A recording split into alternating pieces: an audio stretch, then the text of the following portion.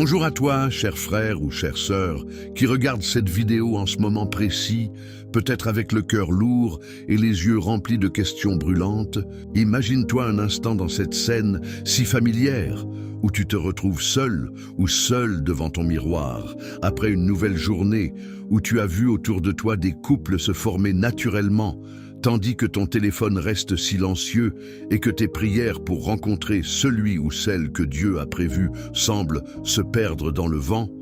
Pourquoi est-ce que Dieu retarde ton mariage, toi qui es fidèle, toi qui sers dans l'église, toi qui gardes ta pureté et qui crie jour et nuit vers lui en lui, demandant simplement d'accomplir la promesse qu'il t'a faite dans ton cœur depuis des années? Aujourd'hui, dans cette vidéo, je vais te parler avec toute la tendresse et la vérité d'un ami qui comprend ta douleur.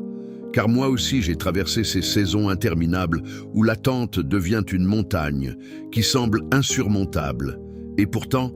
je veux te montrer que ce retard n'est pas un rejet de Dieu, mais une preuve infinie de son amour parfait, qui veut te donner le meilleur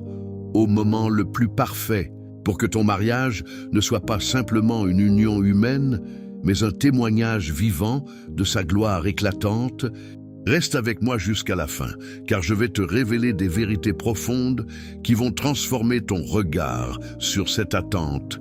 et te remplir d'une paix que tu n'as peut-être jamais connue auparavant. Tu sais, mon ami, ce retard que tu vis n'est pas un hasard cruel du destin, ni une punition pour des péchés cachés que tu imagines avoir commis, car Dieu n'est pas un père qui prend plaisir à voir ses enfants souffrir inutilement. Au contraire, il est celui qui, dans le livre de la Genèse, chapitre 2, verset 18, a déclaré qu'il n'est pas bon que l'homme soit seul, et il a créé une aide moment précis où tout était prêt dans le jardin d'Éden. Et si tu te sens aujourd'hui comme Adam avant Ève,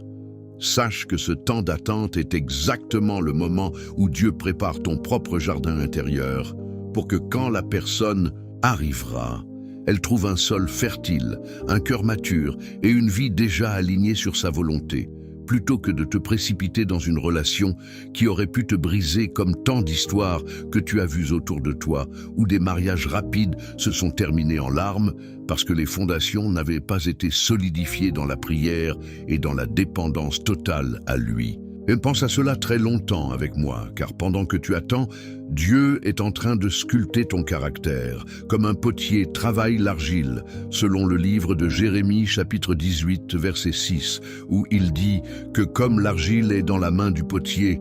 ainsi êtes-vous dans ma main, maison d'Israël, et chaque jour de ce retard est une pression douce, mais ferme de ses doigts sur ton cœur, pour enlever l'impatience, l'orgueil, la peur de manquer et les attentes irréalistes que tu portes encore, afin que quand tu rencontreras enfin ton conjoint, tu puisses entrer dans cette alliance avec une maturité spirituelle qui rendra votre union inébranlable face aux tempêtes de la vie. Je veux que tu comprennes profondément que Dieu voit l'avenir entier, que toi, tu ne peux même pas imaginer. Il voit les obstacles que cette personne aurait rencontrés si elle était venue trop tôt. Il voit les blessures que tu portes encore et qu'il guérit lentement pour que tu n'apportes pas des bagages lourds dans le mariage. Et il voit surtout comment cette attente va te rapprocher de lui d'une manière si intime que ton futur foyer deviendra une source de lumière pour des centaines de personnes autour de toi. Oui, mon frère, oui, ma sœur, ce retard est une invitation cachée à une communion plus profonde avec le Père, qui t'aime plus que tu ne pourras jamais le comprendre et qui prépare en secret un miracle que tes yeux vont bientôt contempler si tu restes fidèle sans te décourager. Maintenant, laisse-moi te guider encore plus loin dans cette vérité, car peut-être que tu te demandes pourquoi certaines personnes qui semblent moins spirituelles se marient rapidement. Tandis que toi qui pries chaque matin et qui jeûnes régulièrement, tu continues à attendre. Et la réponse se trouve dans le cœur même de Dieu qui veut te protéger comme un père protecteur, protège sa fille bien-aimée, selon ce que dit le livre des Proverbes, chapitre 18, verset 22, où il est écrit que celui qui a trouvé une femme a trouvé le bonheur et il obtient une faveur de l'Éternel, mais cette faveur ne vient pas n'importe comment elle vient quand tu es prêt à la recevoir sans la gâcher. Et Dieu sait que, s'il t'avait donné ce mariage plus tôt, tu aurais peut-être choisi quelqu'un par désespoir ou par pression sociale. Quelqu'un qui aurait détourné ton cœur de lui ou qui aurait introduit des compromis dans ta vie de foi. Et c'est pour cela qu'il retarde, afin de te préserver pour une personne qui partagera exactement la même vision, le même feu pour l'Évangile et la même passion pour sa présence. Car imagine un instant ce que serait ta vie si tu avais épousé la mauvaise personne simplement pour mettre fin à l'attente, et comment cela aurait éteint la flamme que Dieu a allumée en toi pour accomplir de grandes choses dans son royaume. Ce retard est donc une barrière divine d'amour qui te garde pour l'excellence et non pour la médiocrité. Et pendant ce temps, il t'enseigne à devenir la personne que ton futur conjoint a besoin, que tu sois un homme ou une femme, rempli de patience, rempli de sagesse, rempli de douceur, selon le livre d'Éphésiens chapitre 5, verset 25, où il est écrit que Marie aimez vos femmes comme Christ a aimé l'Église et s'est livré pour elle. Et si tu es une femme, Dieu te forme pour être cette épouse soumise et respectueuse qui fait la joie de son mari, comme le décrit le livre des Proverbes, chapitre 30 et un verset 10, en parlant de la femme vertueuse qui est bien plus précieuse que les perles et toutes ces qualités ne naissent pas du jour au lendemain, elles se forgent dans le creuset de l'attente, où tu apprends à dépendre uniquement de Dieu, au lieu de chercher désespérément sur les applications de rencontres ou dans les cercles sociaux.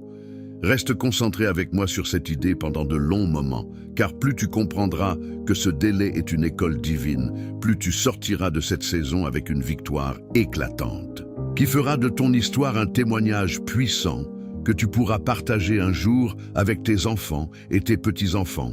pour leur montrer que Dieu n'arrive jamais en retard, même quand tout semble figé. Et permets-moi de te parler maintenant d'une dimension encore plus belle de cette attente. Car Dieu ne retarde pas seulement pour te préparer ou pour te protéger, mais aussi pour accomplir un calendrier céleste parfait que tu ne peux pas voir avec tes yeux naturels, comme le déclare le livre d'Ésaïe, chapitre 60, verset 22, où il est écrit que le plus petit deviendra une famille et le plus faible une nation puissante. Moi l'Éternel, je hâterai ces choses en leur temps. Et ce, en leur temps, signifie que Dieu a fixé un moment précis où tout s'alignera miraculeusement. Les circonstances, les cœurs, les portes qui s'ouvriront, et même les personnes qui seront témoins de votre rencontre, afin que personne ne puisse dire que c'était simplement une coïncidence. Mais que tous reconnaîtront la main de Dieu à l'œuvre, et pendant que tu attends peut-être dans la solitude ou dans les larmes, il est en train d'orchestrer les détails invisibles comme il l'a fait pour Isaac et Rebecca, dans le livre de la Genèse, chapitre 24, où le serviteur d'Abraham pria et immédiatement Rebecca apparut au puits au moment exact où la prière montait vers le ciel, et ton histoire sera exactement pareille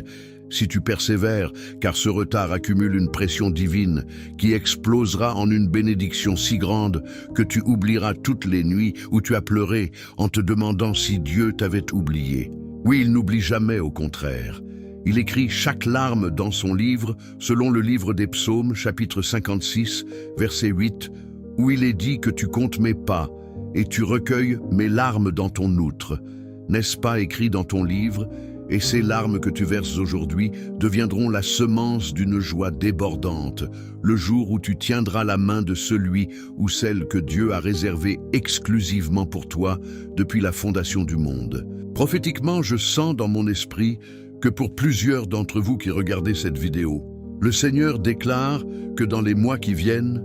il va commencer à déplacer des montagnes que tu croyais impossibles à bouger. Il va connecter des réseaux que tu n'avais même pas imaginés et il va guérir les blessures du passé qui bloquaient encore ton cœur sans exagérer, juste une simple parole de foi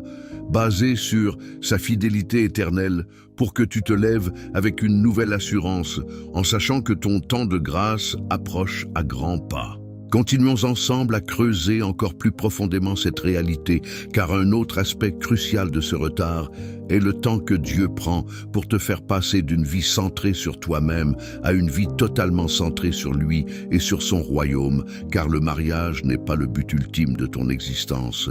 comme beaucoup le pensent dans notre génération pressée,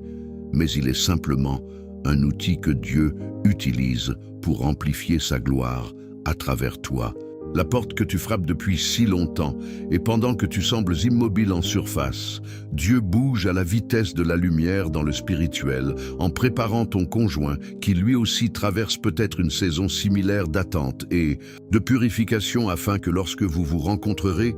vous soyez deux flammes déjà allumées, prêtes à brûler ensemble pour l'avancement de l'Évangile, plutôt que deux personnes vides cherchant à se compléter mutuellement dans la chair. Ce processus prend du temps volontairement choisi par un Dieu sage qui ne veut pas que ton mariage soit ordinaire, mais extraordinaire, rempli de miracles quotidiens, de prières exaucées et de témoignages qui inspireront toute une génération à faire confiance à son timing parfait. Et maintenant que nous avançons ensemble dans cette compréhension, laisse-moi t'encourager encore avec force, car peut-être que tu te sens découragé en ce moment précis en pensant que les années passent et que tes chances diminuent, mais Dieu veut que tu saches que rien n'est perdu dans son économie, car il est le restaurateur par excellence, selon le livre de Joël, chapitre 2, verset 25, où il promet que je vous rendrai les années qu'ont dévoré la sauterelle, le criquet, le ravageur. Et le ver et ces années d'attente que tu considères comme perdues seront transformées en une fondation si solide que ton mariage durera jusqu'à la vieillesse, en étant un exemple vivant pour ton entourage qui se demandera comment vous avez tenu si longtemps dans un monde où tout se brise facilement. Imagine les conversations que tu auras plus tard avec ton conjoint où vous rirez ensemble en vous rappelant comment Dieu vous a fait attendre pour mieux vous unir et comment chaque refus apparent était en réalité une redirection vers quelque chose de bien plus beau. C'est cette perspective que je veux planter profondément en toi aujourd'hui pour que tu changes ta façon de prier en passant de Seigneur, dépêche-toi à Seigneur, prépare-moi parfaitement pour ce que tu as préparé. Et dans cette nouvelle posture d'humilité et de confiance, tu verras les signes commencer à apparaître, les ouvertures inattendues, les rencontres providentielles et les confirmations intérieures qui te diront que le printemps de ta vie amoureuse arrive enfin après un long hiver qui n'aura servi qu'à renforcer tes racines, et prophétiquement sans rien ajouter de plus que ce que l'Esprit inspire. Je perçois que pour toi, qui écoutes avec un cœur ouvert, le Seigneur dit que dans moins d'un temps que tu ne l'imagines, il va faire surgir ta délivrance comme un soleil levant après la nuit la plus noire,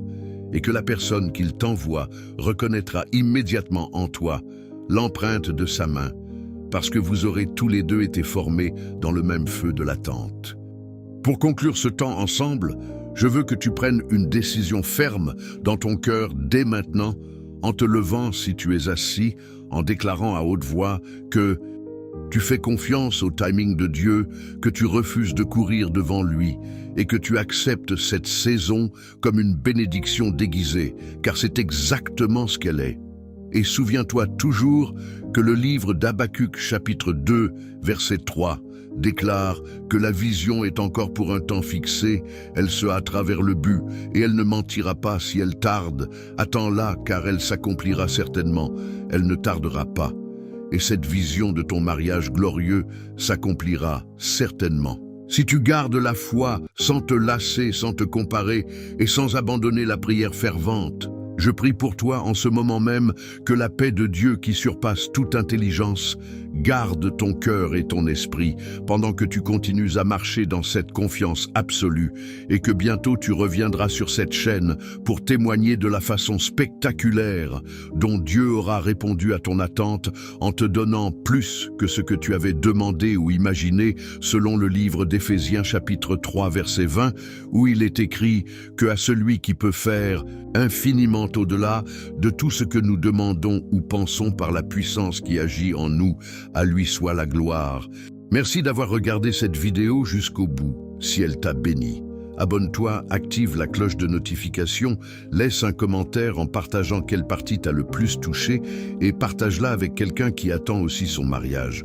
car ton obéissance à cette instruction pourrait être la semence qui accélérera la réponse de Dieu dans la vie d'un autre. Et souviens-toi toujours, mon cher ami, que Dieu retarde ton mariage, non pas pour te faire souffrir, mais pour te faire briller d'une lumière éternelle que le monde entier remarquera quand ton histoire sera enfin révélée dans toute sa splendeur divine. Amen. Et que Dieu te bénisse abondamment dans les jours qui viennent.